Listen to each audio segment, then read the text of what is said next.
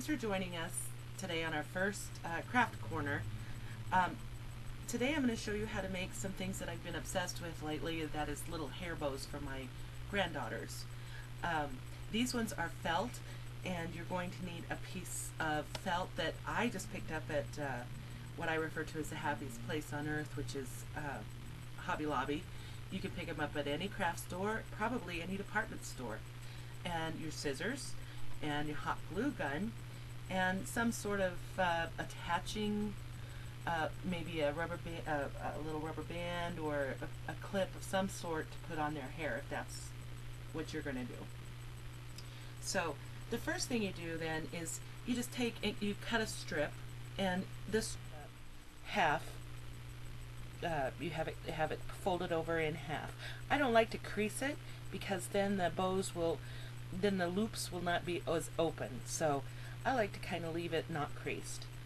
Then what you're going to do is take your scissors and cut to the glue line, and you can kind of feel it under your scissors when you hit the glue, and you're just going to cut all the way down. And again, how large your petals are is going to be determined by how far apart your cuts are, and they don't have to be perfect. Again, this is a flower. Nothing is perfect in nature.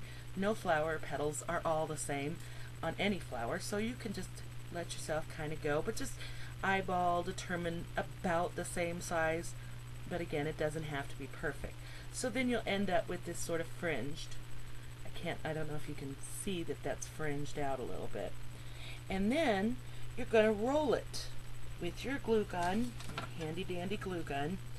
You're going to just put a little bit of glue here and roll it. Watch fingers with the hot glue so that it's kind of in a ball. Some people say that it's best to keep it flat. I don't see what the difference is. I've made a few of them in the past few days. Some have stayed very flat and some haven't. And I don't see what the difference is. So of course on the end there you want to make sure you get it good. Okay? So what you're going to end up then after you've glued it and cut it and everything, you're going to end up with a little flower like this, or a bigger flower, again depending on the size of strip that you've cut. This is a bigger one. Now I did try a little experimenting by cutting the loops. I personally just don't think it looks as cute with cutting the loops, so I'm going to leave them on mine, I think. But I wanted to show you what it looks like if you cut those loops with your scissors after you've glued it all together. I'm not impressed with it, so I'm not gonna do it. So then what you're going to do is you're going to take a little square of your felt, and it doesn't have to be the exact same felt. You're not really going to see this part. And you're going to put a generous amount of glue down. And I'm running out of glue, so this project better be almost over, right? And you're going to just put your flower on top of it, glue it to it, and then you're going to trim the bottom felt. This is just to make a nice surface for you to put onto your clip or headband or whatever. Now, I like to cover my clips when I'm doing these. I like to cover my clips with some sort of ribbon, which we'll do on another project some other time. But because I have not covered these with ribbon, I'm not going to use these. I'm focusing on a little St. Patrick's Day bow for my little bitty granddaughter May. So here are some of the little doodads that you can decorate yours with, little gems, little things that you just pick up at the hobby store, you know, and here's some little Easter eggs maybe for an Easter bow.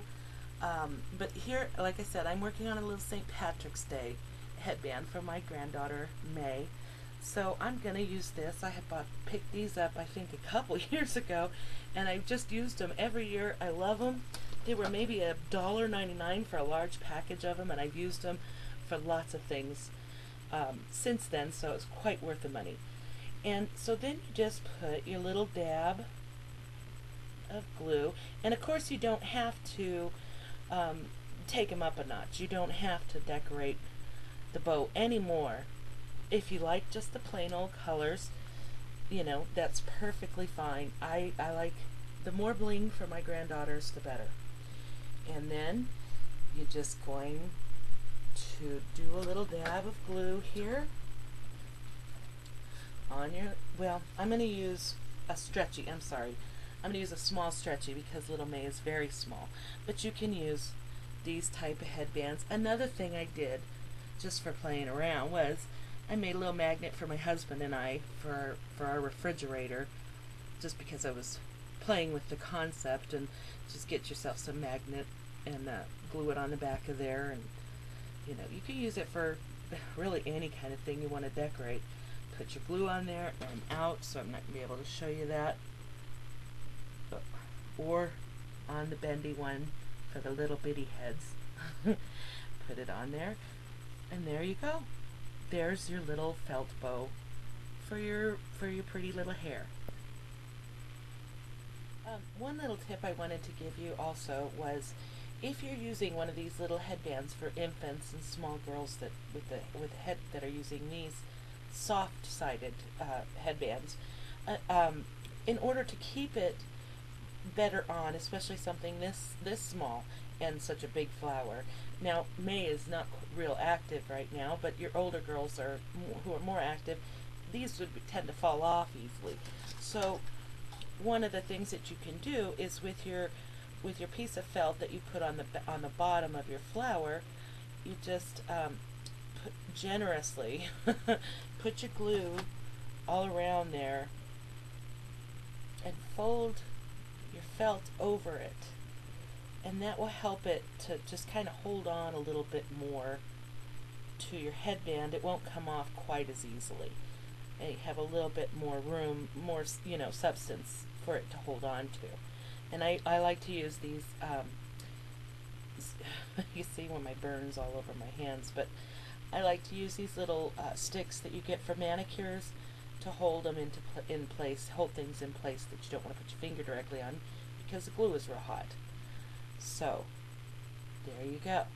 There's your little headband, St. Patrick's Day headband for a little bitty girl. And next week, please join us for a real pretty Easter centerpiece. Thank you.